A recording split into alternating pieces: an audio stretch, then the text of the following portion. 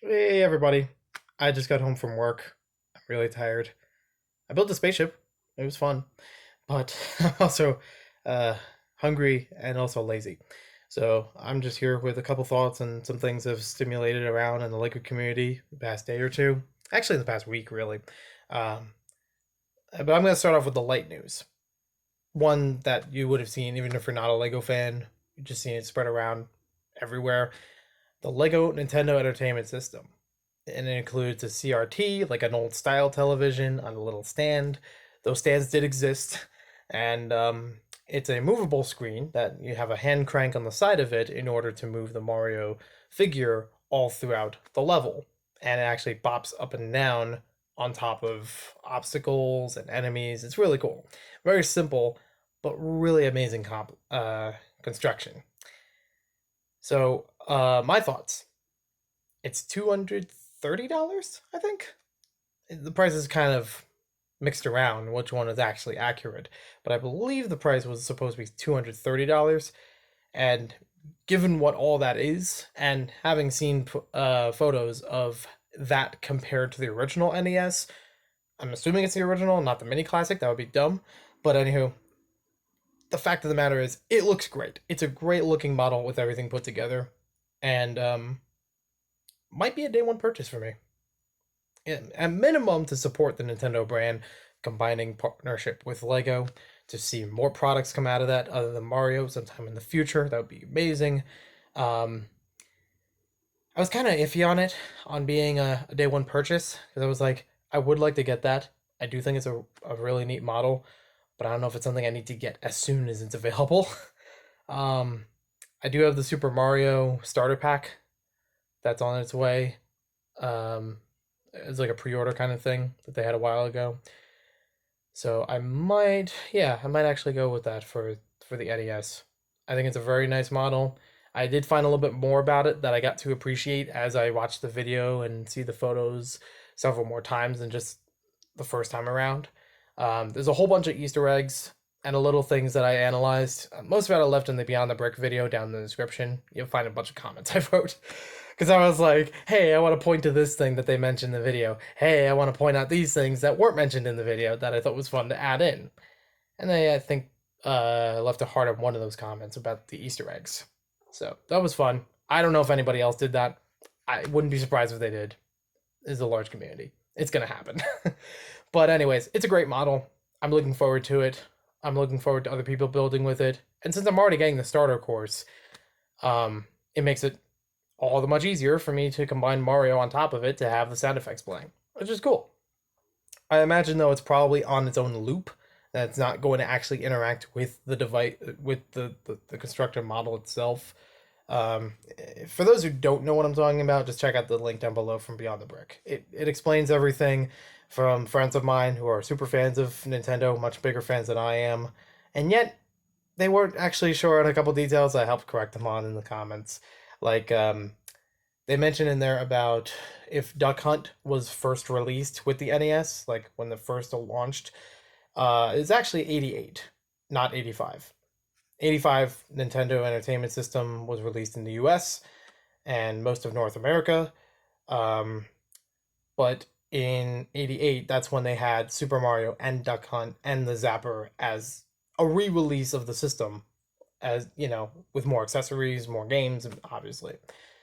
From what sources I was looking through, this is basically the starter version, like of the NES back in the day, in 83 in Japan and 85 in North America.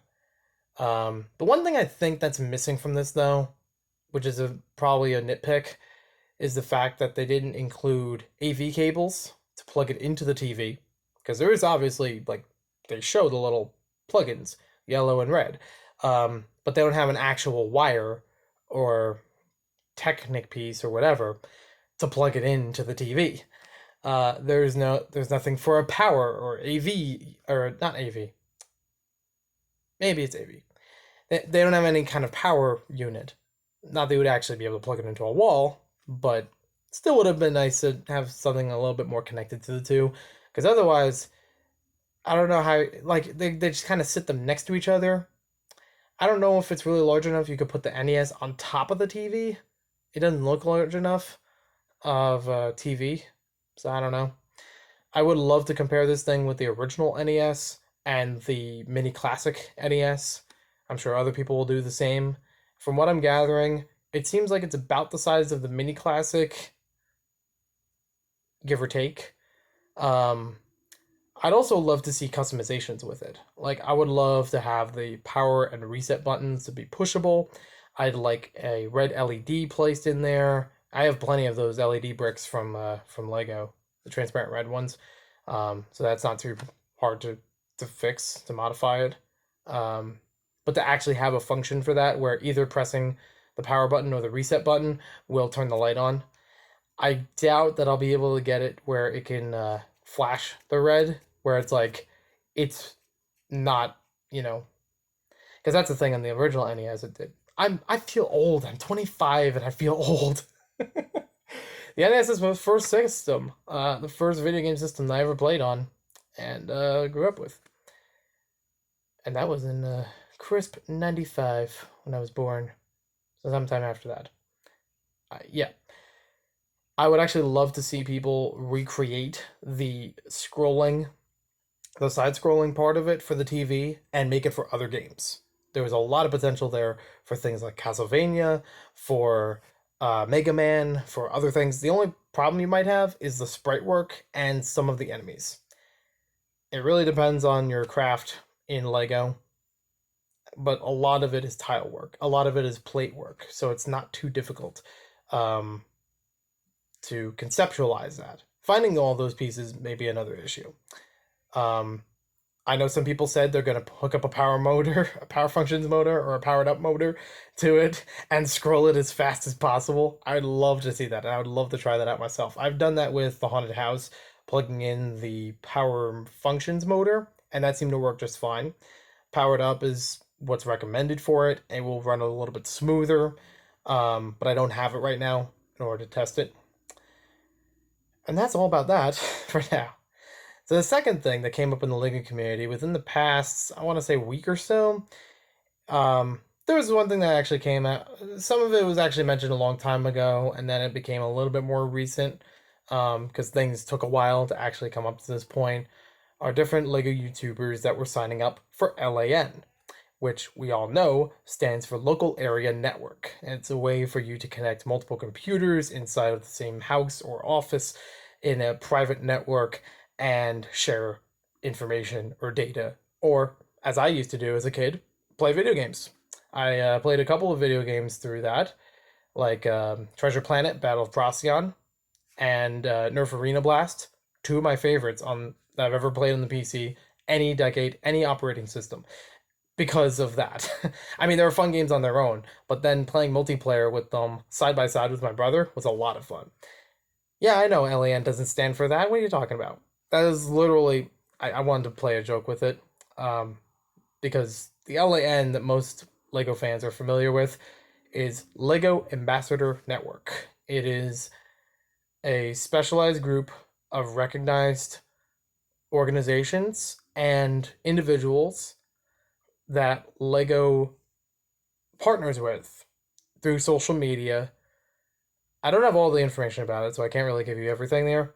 Um, they partner with them, especially through social media for sort of influencer, but not exactly, um, to spread word about the products, but also to outreach more to the fan base um, than Lego's own social media. So it's helpful. It gets the new product out there. It gets people to, get early review copies of things. It gets exclusive copies of things, and otherwise pretty much not available. And a bunch of people have been trying to apply. I know three people in the LEGO YouTube community who have been applying for it. They are big names in the community. They are well known for several years. Some more years than others, but still known for quite a while for different kinds of LEGO content, old stuff, new stuff. They're high quality videos. They're plenty of watching, plenty of subscribers, and that's all fine and dandy. That's no problem. But from what I know, most of them have been rejected at some point. And given some feedback, some kind of letter. It's a little bit standardized from what I've read on their videos, and I don't know. It's not really that big of a deal. Lego Ambassador Network is good for individuals that want to get more involved with Lego, but it's not the only way, and it's not and being rejected from that does not mean you're not validated. You still have plenty of recognition going on in the community. People still appreciate you, even if you're not a Lego ambassador. Um, Lego Ambassador Network also works majorly with larger organizations. Um, they pay attention to people like Fairy Bricks, who does charity runs for Lego, handing them out to kids who may not have those parts available, may not access a lot of toys in hospitals and everything, which is very good charity. I don't know if they're an LAN, but I know that Lego is still like, hey, we like what you're doing. We'll support you in some way. Um, I know that the most common way is through a Lego user group, and that is recognized by Lego. That is a way to um, gather a group of adult fans to create models, to display them at various public places. Kind of hard to do that now in it throughout this year, but still happens for some, or at least have a platform to bring it to, like YouTube or Instagram or what have you, or even their own log websites. So those things still can happen. Each of those Lego user groups has an ambassador, a Lego ambassador. There's somebody that directly contacts Lego on behalf of the lug to check in about following their standards, to see what kind of models are created, to see the shows that they've been to, the influences that are available. I don't know if it's entirely a marketing thing. I feel like there are elements of it, but it's not entirely clear to me. I've never been a Lego ambassador. I have been a part of many lugs over 5 years now, maybe 6 years. Might have been six. Ooh.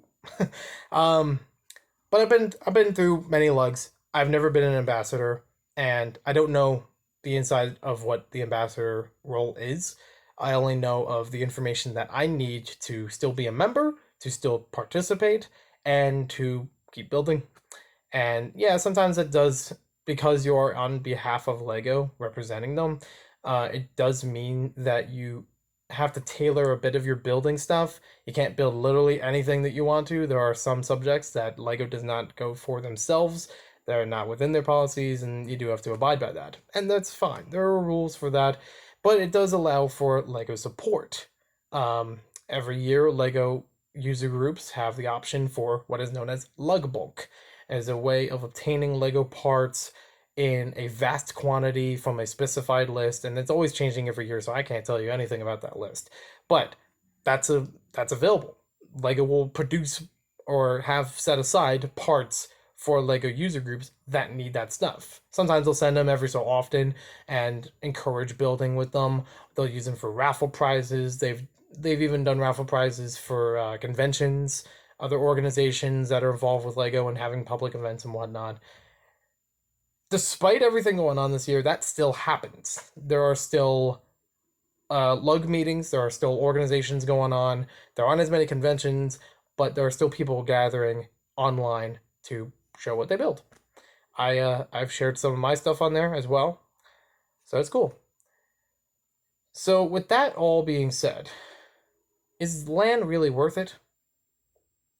It's fine if you're not a part of it. Again, it doesn't invalidate you as a fan of Lego. It is cool to get recognized by Lego, but it sometimes it's not necessary. It's just a little badge, you know? It doesn't say anything more or less about what you're already producing and what you're able to share with people and what impact you have on them, whether or not the big red square in the sky actually sees that.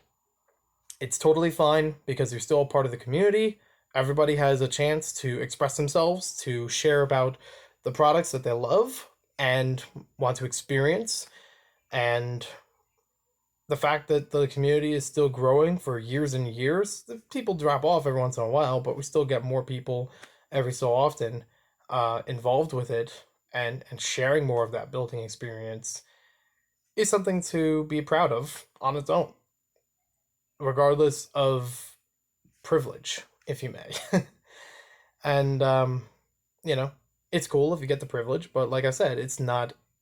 It doesn't have to be a goal. Sometimes, for some people, if it's your goal, you just gotta work with your content in a way that might be appealing to them. Again, I have no idea how the process works. I have no idea what what to do to get involved with it. Um, and I'm fine with that. I can settle for this, just being a fan, just being able to build.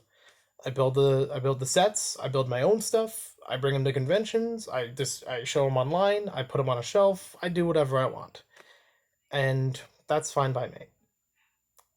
I know it's very messy, and that if I wanted to, I choose to make it messy. It's getting better. I've been doing a lot more cleaning, and I'm almost ready for breaking down a lot of Lego sets for the move. Um, but for now, it's going okay.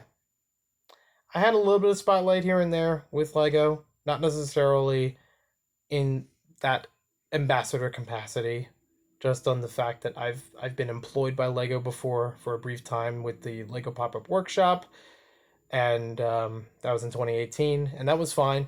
That was cool. It did leave me questionable about the fact that Lego Ambassador Network members often get employee gifts, just like Lego employees. They get the ones that come out every year. Sometimes we see those reviews go up on the channel, but it's like when you're a Lego employee, do you get to share about them? It gets to be questionable material. Some say yes, some say no. It depends. It's weird. Um, and I've met people who work at Lego before. I'm still friends with one or two of them.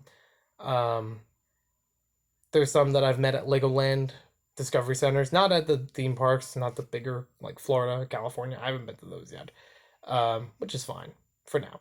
I do have a bucket list. I'll have to get to the Lego bucket list sometime. That'll be awesome. But I've met master model builders, nonetheless, still important at Discovery Centers before. They're still great people. They're still very creative. I've seen their work change over time, and really neat, ways of using pieces that I hadn't thought of before. Even if they use exclusive parts, it's just like, hey, cool. I get to enjoy this more. That's the point of it. That you're still enjoying the craft, that you're still enjoying the hobby, that you're still enjoying the core values of creativity and your own expression. And that's what Lego's all about. So thanks for watching this video. I know I talked way too long about it, even having to squeeze in that computer joke in there. And we'll see you next time with more videos. I'm gonna go eat food.